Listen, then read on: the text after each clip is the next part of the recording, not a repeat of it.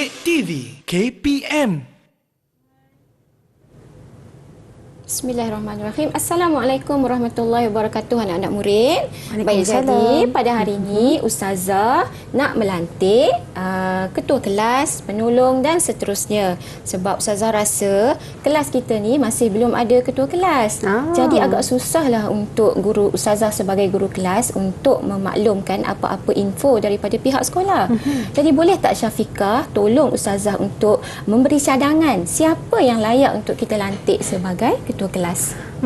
Kalau saya tengokkan Ustazah, saya rasa Afika kot Ustazah. Saya nampak dia bagus, rajin, berkepimpinan pula tu. Okey, kalau macam tu Ustazah rasa kita kena undi dulu. Berapa orang yang menyokong Afika untuk dilantik sebagai ketua kelas? Sila angkat tangan. Ustazah nak kira.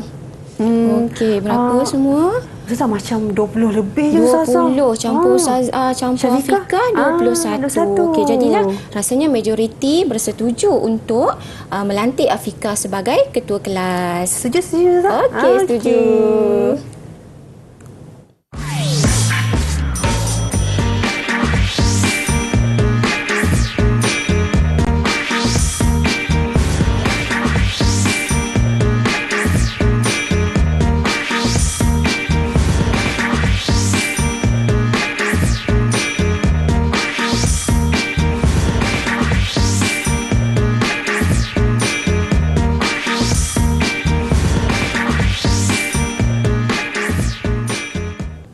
Assalamualaikum dan salam sejahtera kepada semua penonton Didik TV KPM. Anda bersama dengan saya Syafiqah Hanafiah dalam slot menengah atas pada hari ini.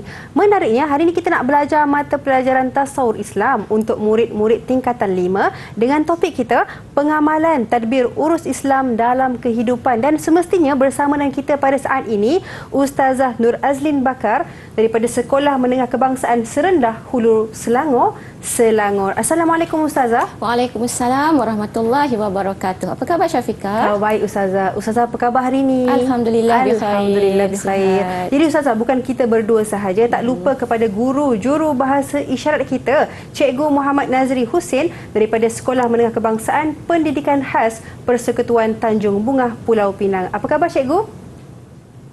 Baik, terima kasih Cikgu kerana bersama dengan kami pada hari ini. Jadi Ustazah, apa kaitan gimik tadi dengan topik kita pada hari ini? Okey, baiklah Syafiqah dan anak murid sekalian. Gimik sebentar tadi adalah berkaitan dengan tajuk kita pada hari ini, iaitu pelajaran yang kelima, pengamalan tadbir urus Islam dalam organisasi. Baik Ustazah. Okey, Ustazah teruskan.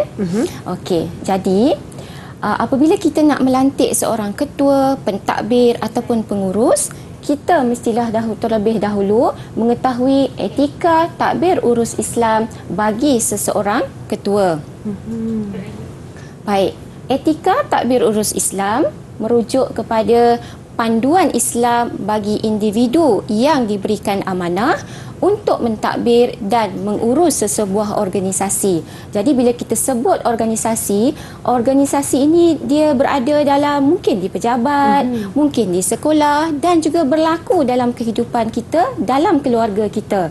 Jadi sebagai seorang ketua keluarga, organisasi itulah yang kita perlukan untuk memimpin keluarga masing-masing. Kalau di sekolah contohnya, organisasi yang ada, mungkin kita boleh andaikan cara kita nak melantik pengerusi Persatuan Agama Islam ataupun kita nak melantik ketua murid dan sebagainya. Jadi apabila setiap Muslim mempunyai penghayatan yang tinggi terhadap konsep etika, maka akan menjadi teras kepada kejayaan pengurusan dan pentadbiran sesebuah organisasi, masyarakat ataupun negara. Baiklah. Okey, Ustazah teruskan kepada ciri-ciri pentadbir dan pengurus dalam Islam. Baik, ciri yang pertama adalah accountability. Jadi Syafiqah, kenapa perlunya sifat accountability ini dalam kehidupan? Jadi jawapannya adalah kerana tidak berlaku pembaziran dalam sumber keuangan, tenaga kerja dan juga masa. Baik, ciri yang kedua pula adalah amanah. Okey, jadi apa pentingnya amanah dalam kehidupan kita? Okey, pentingnya amanah supaya mendapat kepercayaan orang ramai agar tidak berlaku penyalahgunaan kuasa. Jadi bila sebut amanah ini adalah satu tugas dan tanggungjawab yang sangat besar kepada seorang ketua. Baik, manakala ciri yang ketiga adalah ketelusan, iaitu bersifat terbuka dalam menyalurkan segala maklumat. Jadi sekiranya dikehendaki kita memberikan apa-apa info berkaitan dengan organisasi kita, jadi kita perlu memberikan maklumat tersebut secara telus. Dan yang keempat pula adalah efektif. Bermaksud setiap tindakan yang dilaksanakan akan memberikan kesan yang baik kepada semua. Baik. Ada lagi ciri yang seterusnya. Okey, ciri yang seterusnya adalah integriti. Baik, apakah itu integriti?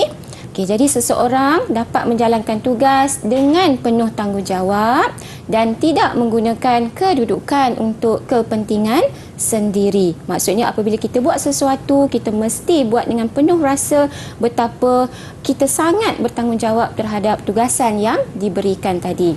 Baik, yang keenam iaitu efisien.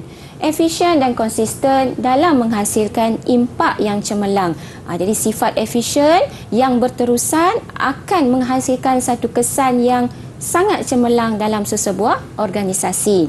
Baik, yang ketujuh pula adalah pelaksanaan amar makruf dan nahi mungkar. Jadi setiap daripada kita perlu membudayakan nilai murni dalam mentadbir urus. Dan manakala yang ke-8 pula adalah secara sistematik, iaitu membuat perancangan dan pemantauan yang berterusan terhadap organisasi dan juga kepada sesiapa yang berada di bawah kita. Okey, jadi Syafiqah, Ustazah dah terangkan berkenaan dengan ciri-ciri tadbir urus. Jadi Ustazah nak minta Syafiqah kalau boleh, Syafiqah tolong senaraikan semula ciri-ciri yang Ustazah sebutkan tadi. Senaraikan sahaja ke ataupun saya kena senaraikan dan mungkin boleh tampal di papan yang Ustazah sediakan. Okey, boleh kita Ustazah. uji minda. Tadi saya dengar ada 8 Ustazah. Betul Ustazah? Silakan. Pentadbir Ingat tak lagi? dalam Islam. Okey, yang pertama saya letak ketelusan. Okey. Letak dulu. Nanti kita semak bersama-sama. Okey, boleh Ustazah. Saya letak dulu. Yang kedua adalah amanah. Pasti Ustazah, seorang pemimpin kena menjadi seorang yang amanah Ustazah, kan? Ya, betul. Jujur. Okey, yang ketiga adalah efisien dan juga efektif. Betul Ustazah, ya? Okey, tak apa. Dekat dulu jawapan dia. Okey. Kejap Ustazah, kejap. Ya. Okey, yang seterusnya adalah accountability. Okey. Yang seterusnya adalah amar ma'ruf nahi mungkar. Okey. Yang seterusnya adalah integrity. Dan yang terakhir saya letakkan adalah systematic. Okey, yang ni adalah 1, 2, 3, 4, 5, 6, 7, 8 Ustazah. Okey, jadi berdasarkan kepada jawapan Syafiqah, Ustazah rasa kita semak dulu jawapan Syafiqah. Baik. Boleh Ustazah. Okey, apakah jawapannya? Okey, jadi aktiviti yang Syafiqah buat tadi kita sebut sebagai aktiviti post-it notes. Ini pun salah satu cara untuk memudahkan Syafiqah untuk mengingat perkara-perkara yang kita sebutkan tadi. Baik, jadi Ustazah sebut balik. So jawapannya kita semak. Yang pertama adalah accountability. Ada tak Syafiqah? Ada Ustazah yang ni. Okey, ada. Bagus. Baik, yang kedua efisien dan efektif. Kat mana tu nak cari tu? Yang ni Ustazah. Efisien dan efektif. Ada. Baik, kemudian yang ketiga sistematik. Sistematik. Ustazah nampak pun? Mesti bersistem Ustazah pengurusan dia, kan? Ada sistematik secara tersusun. Baik, yang keempat amanah. Ada tak? Amanah pasti ada Ustazah. Mana Kena dia? ada. Okey, cantik. Amanah sangat perlu, ya. Baik, kemudian yang kelima ketelusan. Ketelusan. Telus atau tidak? Ya, Ketelusan telus. ni macam jujur Ustazah. Jujur, bercakap benar.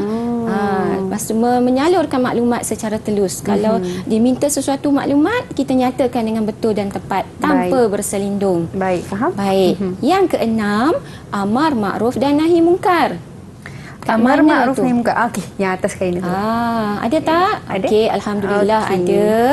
Baik, kemudian yang ketujuh integriti. Integriti pun ada Ustazah yang ni. Okey, ada. Dan yang terakhir adalah Cukup dah 7. Cukup Ustazah? Okey, cukup dah. Okey, jadi Alhamdulillah, Syafiqah dapat mengingat ketujuh ciri yang Ustazah sebutkan tadi. Ada ganjaran ke Ustazah? Ada ganjarannya. Okey, jadi Syafiqah boleh ambil 1 bintang di situ. Ambil 1 bintang. Saya letak kat sini Ustazah ya? Okey. Okey, terima kasih Ustazah. Jadi tahniah kerana dapat mengingat ketujuh ciri yang Ustazah sebutkan tadi. Baik Ustazah, itulah antara yang kita belajar pada segmen yang pertama ini berkenaan dengan 8 ciri-ciri pengurus dan pentadbir yang bagus dalam Islam yang pastinya boleh menghasilkan satu organisasi yang bagus dan berkualiti. Jadi sekarang ni kita bagi peluang untuk kita berehat seketika. Kita kembali selepas ini di Didik TV KPM.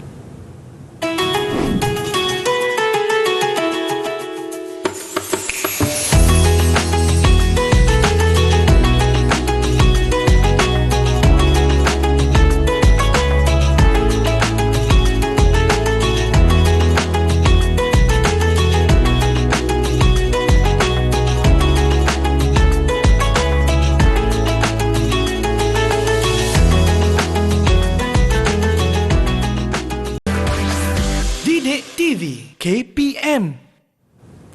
Baik, anda bersama dengan kami pada saat ini dalam Didik TV KPM slot menengah atas, dan hari ini kita belajar mata pelajaran Tasawur Islam untuk murid-murid tingkatan 5 dengan topik kita pengamalan tadbir urus Islam dalam kehidupan. Jadi Ustazah, untuk segmen kali ini apa yang kita nak belajar? Okey, baiklah Syafiqah, Ustazah teruskan. Okey, iaitu ciri-ciri ketua dalam sesebuah organisasi menurut Islam. Okey, jadi tadi berdasarkan kepada lantikan ketua kelas tadi, sekarang kita nak kenal pasti apa ciri-ciri yang ada pada seorang ketua. Baik, jadi ciri yang pertama adalah melaksanakan tugasan bersumberkan Al-Quran dan hadis. Okey, kerana kita tahu Al-Quran dan hadis merupakan sumber yang utama dalam kehidupan kita. Jadi kita perlu merujuk kepada sumber ini tanpa membelakangkan kedua-duanya. Baik, yang kedua, mengamalkan konsep syura dalam pentadbiran. Baik, Syafiqah tahu tak apa itu syura? Kalau yang saya faham Ustazah, syura ini adalah mesyuarat antara ketua dan juga orang-orang di bawahnya. Baiklah. Betul Jadi Ustazah? betul sangat, iaitu syura ni telah dilaksanakan pada zaman Rasulullah dan pada zaman para sahabat. Di mana syura ni kalau kita tak buat syura, kita tidak akan dapat satu kata putus. Kita buat jawapan, kita buat keputusan secara sorang-sorang. Jadi bila kita buat keputusan secara individu, secara bersendirian, matlamat yang kita nak tu tidak akan tercapai. Dan mungkin pandangan orang lain pun ada yang lebih baik kan Ustazah kan? Betul. Jadi perlunya kepada mesyuarat.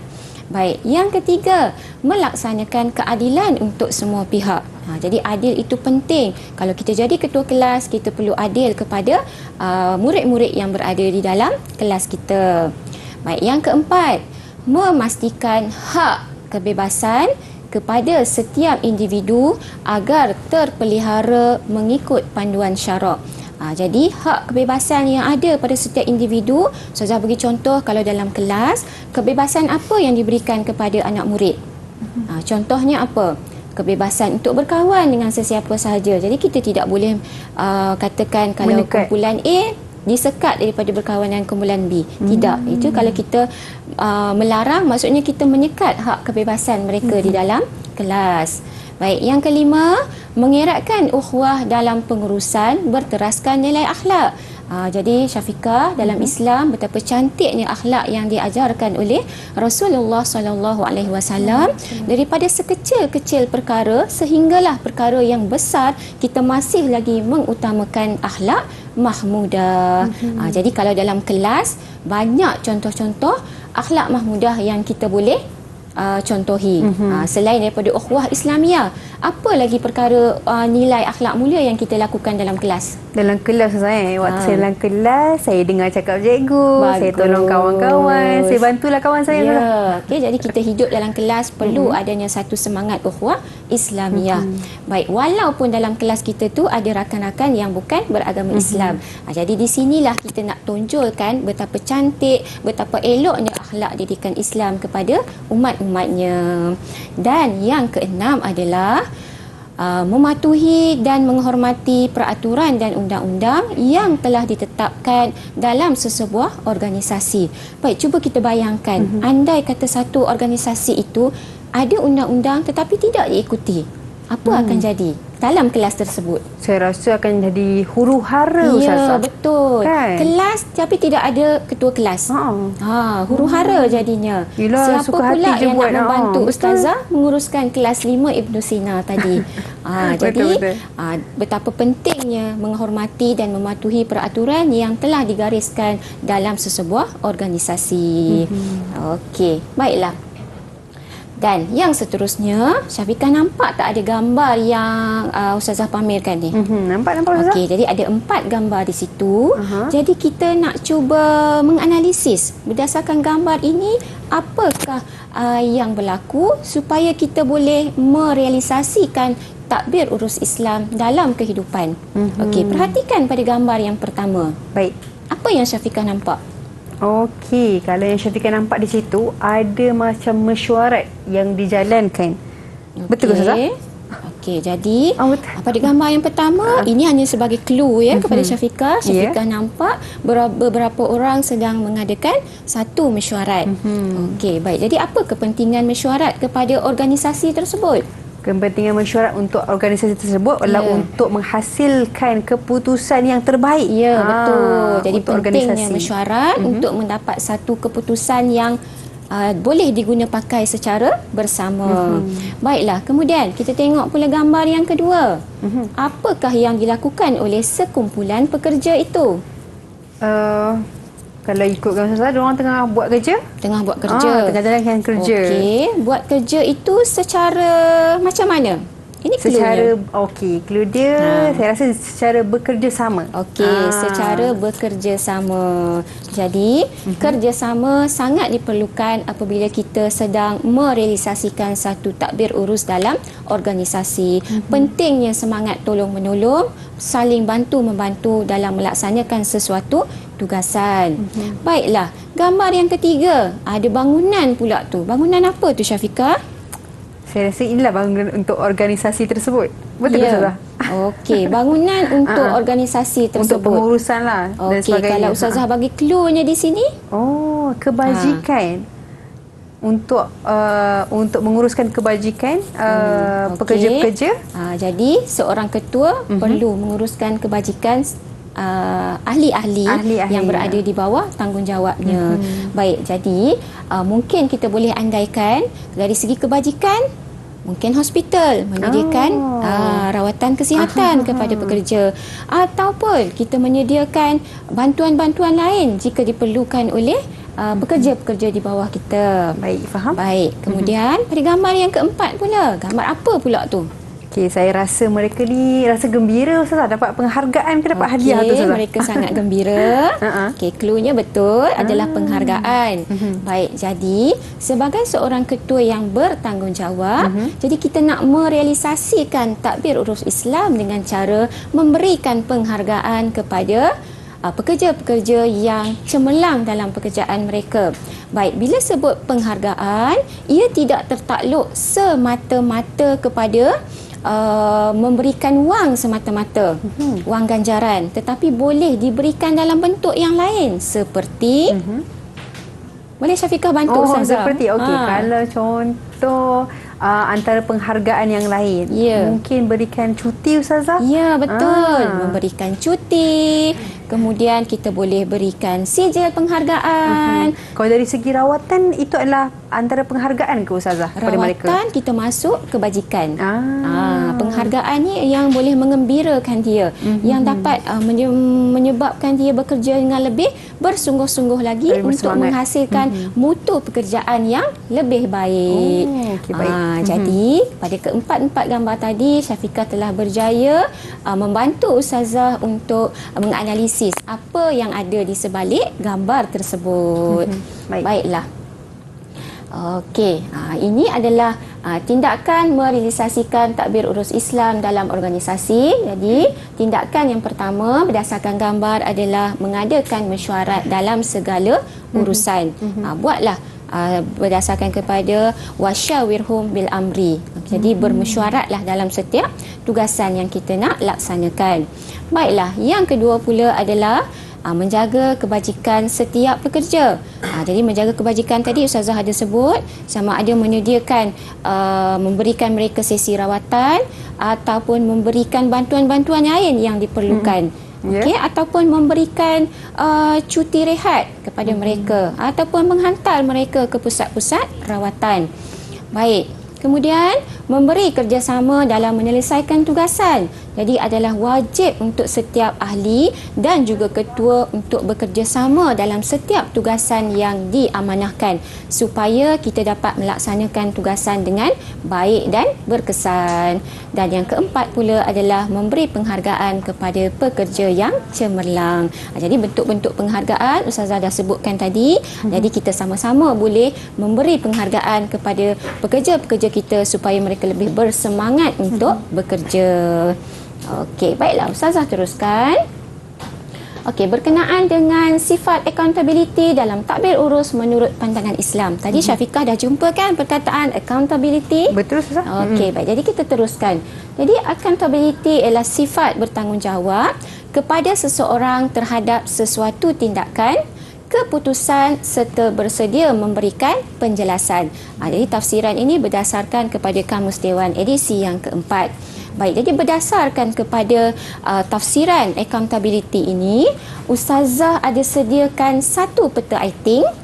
Okey, jadi kita nak mengenal pasti apakah ciri-ciri yang ada di bawah accountability. Baiklah, jadi boleh tak Syafiqah tolong Ustazah untuk mengenal pasti ciri-ciri tersebut. Okey, Ustazah. Sifat-sifat yang ada. Bagi saya accountability ni adalah bertanggungjawab. Jadi yang pertama saya letakkan ia adalah sebagai orang yang menjauhi rasuah. Okey. Baik. Yang kedua saya letakkan pasti kena ada sifat amanah Ustazah. Okey. Okey. Yang ketiga saya letakkan antara ciri-ciri accountability ini adalah adanya dalam diri ini adalah jati diri yang tinggi. Okey. Baik. Yang seterusnya pastinya seorang ketua ataupun mereka yang beraccountability ini adalah orang yang menepati masa. Baik, yang seterusnya adalah mereka yang patuh kepada undang-undang yang ditetapkan dalam sebuah organisasi tersebut.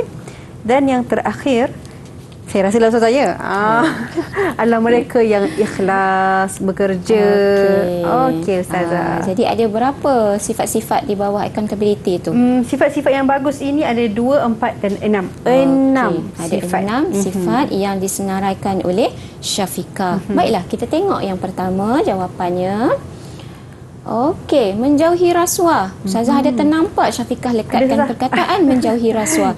Okey, jadi rasuah adalah haram dalam Islam. Jadi hukumnya kita kena jauhi terus daripada hidup kita.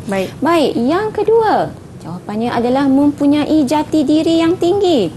Baik, jadi sebagai seorang Muslim, kita wajib mempunyai jati diri yang tinggi. Kita kena melakukan perkara-perkara yang positif supaya kita boleh melaksanakan tugasan dengan baik. Baik, yang ketiga adalah patuh kepada undang-undang. Okey, jadi saya rasa sifat patuh kepada undang-undang ini bukan hanya pada murid-murid sekolah, bahkan kepada setiap individu yang bekerja. Okey, kita ada undang-undang yang perlu kita akur. Baik, seterusnya adalah ikhlas. Okey, melakukan sesuatu kerja ikhlas kerana Allah Subhanahu wa taala. Niatkan betul-betul setiap tindakan yang kita lakukan itu mesti berlandaskan keikhlasan kepada Allah Subhanahu wa taala. Jadi kalau dah dilantik sebagai ketua kelas, ikhlas atau tidak? Kita kena tajuk afikah tadi ya. Mesti dia ikhlas. Okey, baiklah. Yang seterusnya sifat amanah. Baik, sifat amanah ni adalah satu sifat yang salah satu daripada sifat wajib bagi Rasul sallallahu alaihi wasallam. Jadi setiap tugasan yang kita laksanakan, kita perlu kepada sifat ikhlas. Minta maaf, amanah. Perlu kepada sikap amanah. Jadi kalau tidak amanah, tidak ada kepercayaan dah orang kepada kita. Jadi betul, orang dah memandang rendah pada kita jika kita tidak beramanah. Baiklah. Yang seterusnya adalah menepati masa. Okey, kalau di sekolah 7.20 loceng dah akan berbunyi. Okey, jadi 7.20 loceng berbunyi. Jangan pula Syafiqah datang sekolah pukul 7.30. 7.30 tu dah masuk ke kelas untuk memulakan pelajaran. Jadi tepati masa seperti mana yang telah ditetapkan dalam sesebuah organisasi. Baiklah, jadi berdasarkan kepada sifat accountability yang telah ditampalkan tadi, Ustazah percaya Syafiqah sangat cemerlang menjawab soalan Ustazah pada hari ini. Ustazah bagi ganjaran berapa tu? Jadi Ustazah nak bagi ganjaran. Syafiqah boleh pilih. Bintang yang ada tu Syafiqah nak bagi bintang warna apa? Nak warna apa? Biru ataupun kuning? Ada dua Ustaz. Ada dua pilihan. Ustazah lah bagi.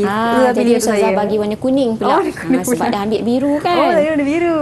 Okey. Alhamdulillah, terima kasih Ustazah. Alhamdulillah. Saya rasa murid-murid kat rumah pun pasti insya-Allah dapat faham apakah ciri-ciri accountability dalam sesebuah organisasi. Okey, baiklah. Ustazah nak tanya apa lagi ke soalan untuk saya? Boleh tak Ustazah nak tanya tentang sifat jati diri tu? Jati diri? Boleh tak bagi contoh? Sifat jati diri? Jati diri yang tinggi. Jati diri yang tinggi ini mungkinkah ia berkaitan dengan seseorang yang ada prinsip, Ustazah? Okey. Maksudnya kalau contoh dia dah tahu tentang satu perkara tu, dia tahu ni salah. Jadi dia perlu tahu ni perkara yang salah, dia perlu elakkan. Okey. Kalau tahu perkara tu benar dan dia kena buat, dia perlu laksanakanlah. Okey, jadi kalau jati diri dalam kelas sebagai ketua kelas? Sebagai ketua kelas, kalau contoh diberikan tanggungjawab oleh guru untuk beri pesanan kepada rakan-rakan kan, ataupun untuk bagi tahulah cikgu bagi kerja sekolah ni, jadi kena sampaikanlah kepada rakan-rakan sekelas dia. Dan satu lagi Ustazah nak tambah berkenaan dengan jati diri yang tinggi. Sebagai seorang murid, kita jangan terpengaruh dengan perkara-perkara negatif, kerana perkara negatif ini akan menyebabkan kita hilang jati diri. Okey. Okey, baik. Itu dia antara perkara-perkara yang kita belajar untuk segmen kali ini berkenaan dengan accountability, berkenaan dengan ciri-ciri ketua dalam sesebuah organisasi menurut Islam. Yang tadi saya paling penting ingat tadi Ustazah, dia kena berlandaskan Al-Quran dan juga sunnah. Okey, jadi sekarang ni kita nak berehat seketika. Kita kembali selepas ini dalam Didik TV KPM.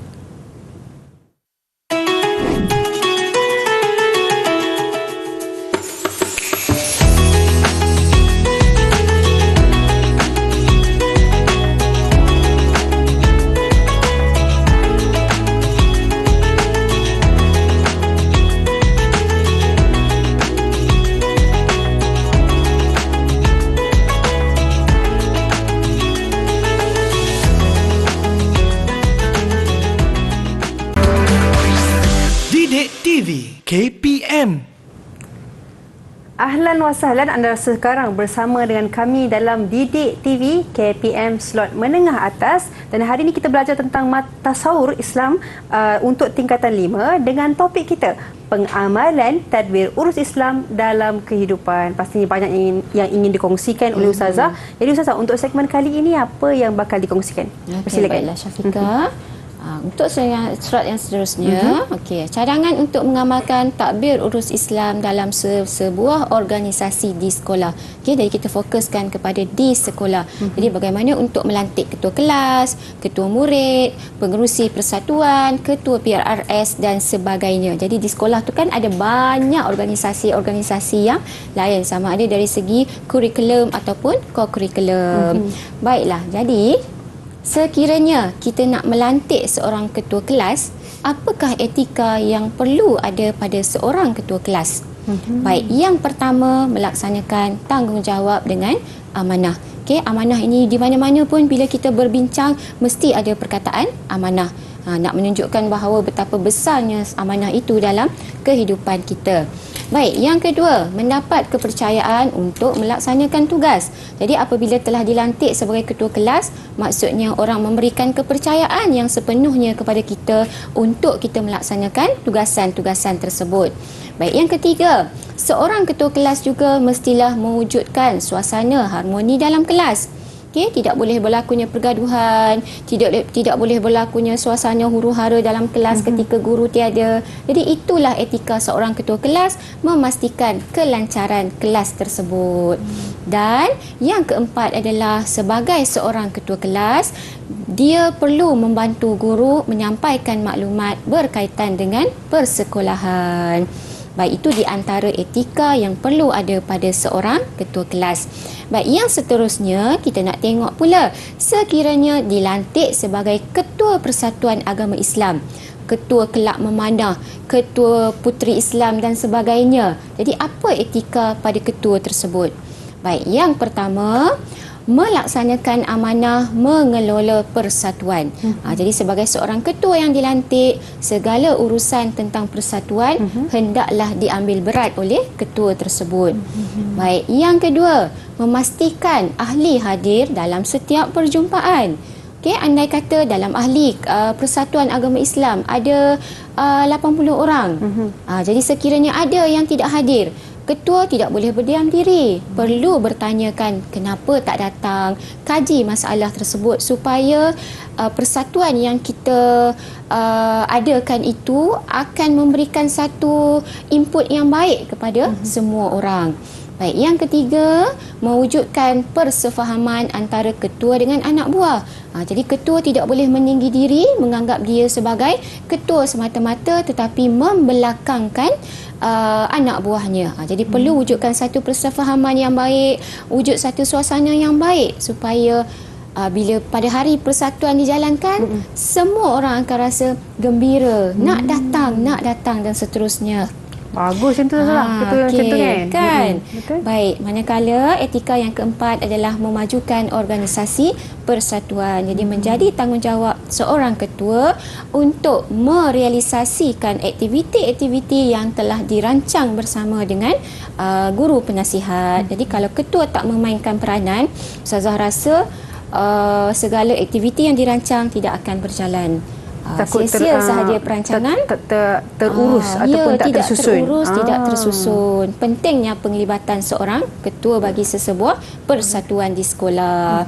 Baik, manakala yang seterusnya kita ambil contoh seorang ketua keluarga pula. Okey, apa pula etika seorang ketua keluarga? Di antaranya adalah melaksanakan tanggungjawab sebagai ketua keluarga dengan amanah. Baik, kalau Syafiqah perasan, setiap tugasan yang kita lantik tadi mesti tidak tinggal perkataan amanah. Betul. Besarnya perkataan amanah itu kepada diri kita. Baik, yang kedua, taat kepada Allah dan Rasul. Jadi sebagai seorang Muslim, memang kita berkewajipanlah untuk taat kepada Allah dan Rasul. Begitu juga kepada seorang ketua keluarga. Sebab taat kepada Allah dan Rasul ini untuk memastikan seluruh ahli keluarga juga taat kepada Allah dan Rasul. Baik, yang ketiga, seorang ketua keluarga mewujudkan persefahaman antara ahli keluarga. Jadi fungsi seorang ketua keluarga itu, dia akan sama-sama menyemai rasa kasih sayang antara ahli keluarga supaya wujudnya persefahaman secara bersama. Tak adalah seorang masuk pintu depan, seorang lagi masuk pintu belakang. Baik, yang keempat, mendalami ilmu agama dan mengajarkan kepada ahli keluarga. Besar tanggungjawab seorang ketua keluarga.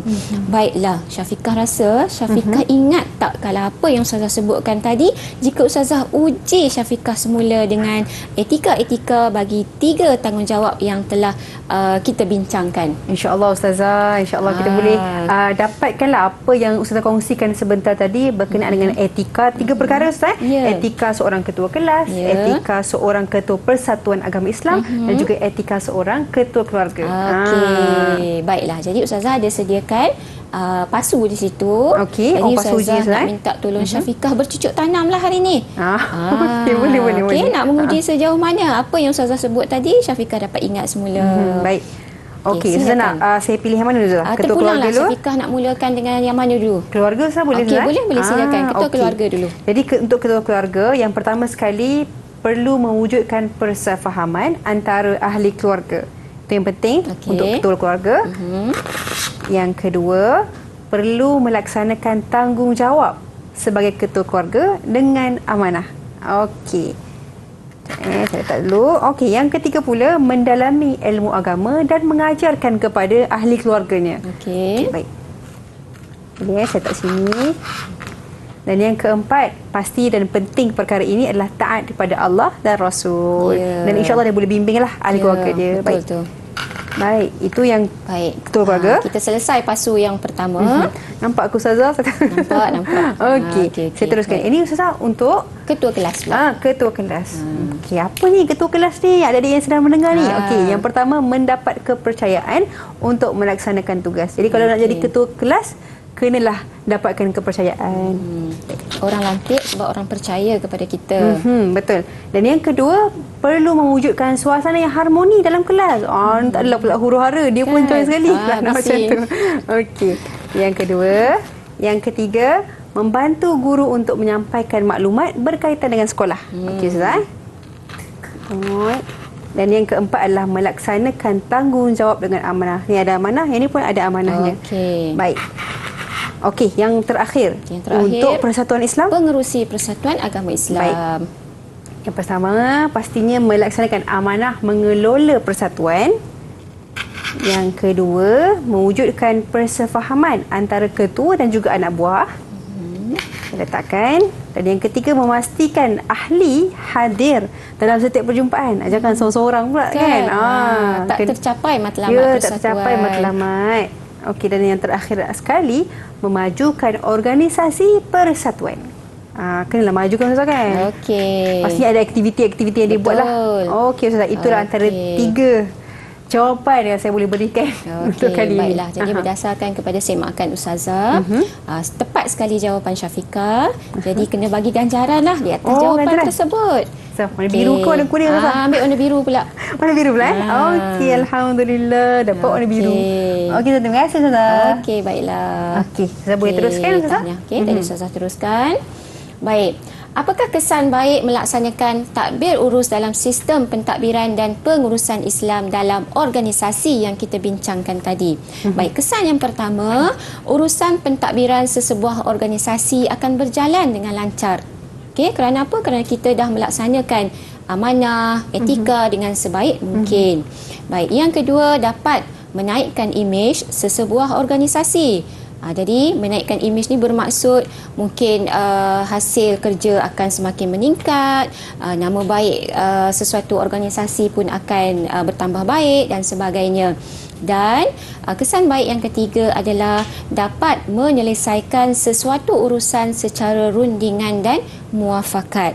Jadi betapa pentingnya apabila kita berunding dan bermuafakat dalam organisasi yang kita pegang sekarang.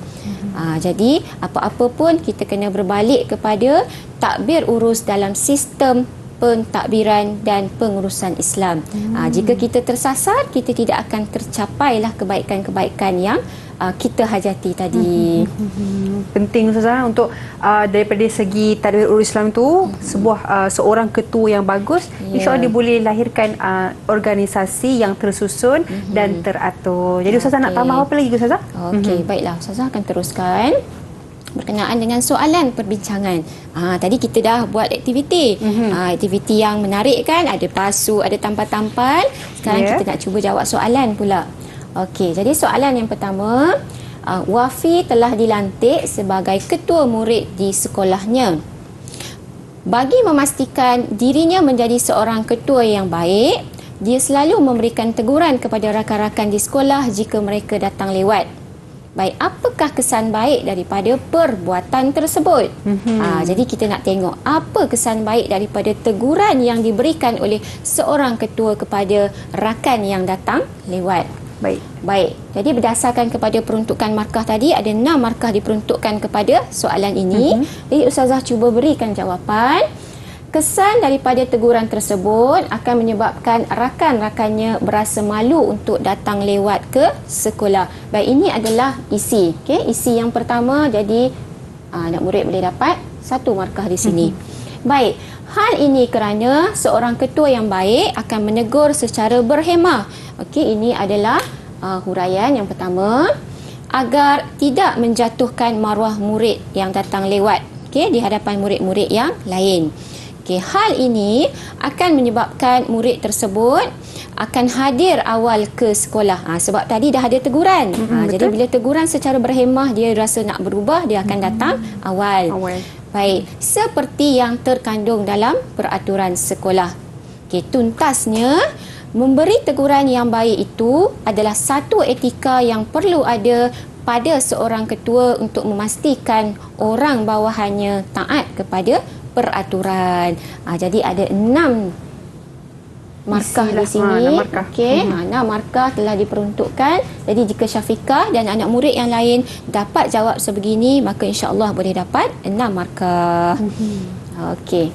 Baiklah. Seterusnya, apakah tindakan lain yang boleh dilaksanakan bagi merealisasikan takbir urus Islam dalam sesebuah organisasi? Tindakan yang lain pula. Okey, tadi kita dah bagi cadangan, mesyuarat, kebajikan dan sebagainya. Sekarang ni cadangan tindakan yang lain pula untuk kita merealisasikan takbir urus Islam dalam sesebuah organisasi. Jadi, boleh tak Syafiqah bantu Ustazah? Boleh Ustazah. Yang pertama adalah seseorang itu perlu menunjukkan qudwatun hasanah. Okey, apa qudwah hasanah tu? Qudwah hasanah itu adalah contoh yang baik, akhlak yang baik kepada rakan-rakan di sekeliling. Yang kedua, perlu melantik ketua yang berwibawa. Ketua yang baguslah dalam organisasi tersebut.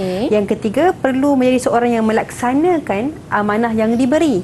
Baik, yang seterusnya menjaga disiplinnya. Dan yang keempat ataupun yang kelima adalah berakhlak baik, dan yang terakhir adalah menegur kesalahan secara tertutup dan bukan yang terbuka daripada orang.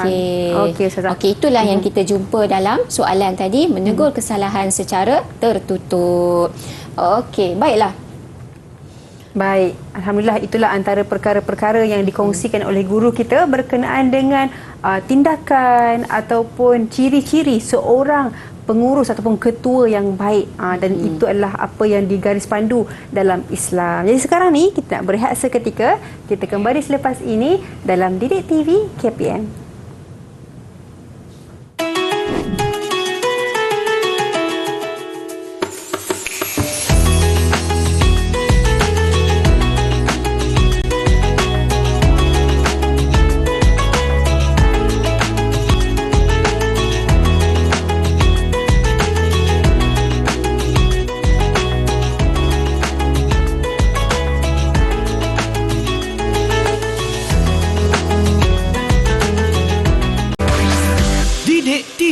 KPM.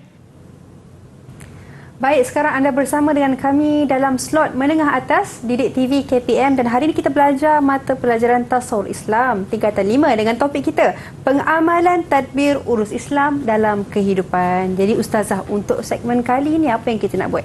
Okey, tadi kita dah bincang, sekarang ni kita nak jawab soalan pula. Boleh Ustazah. Okey, baik, kita terus kepada soalan.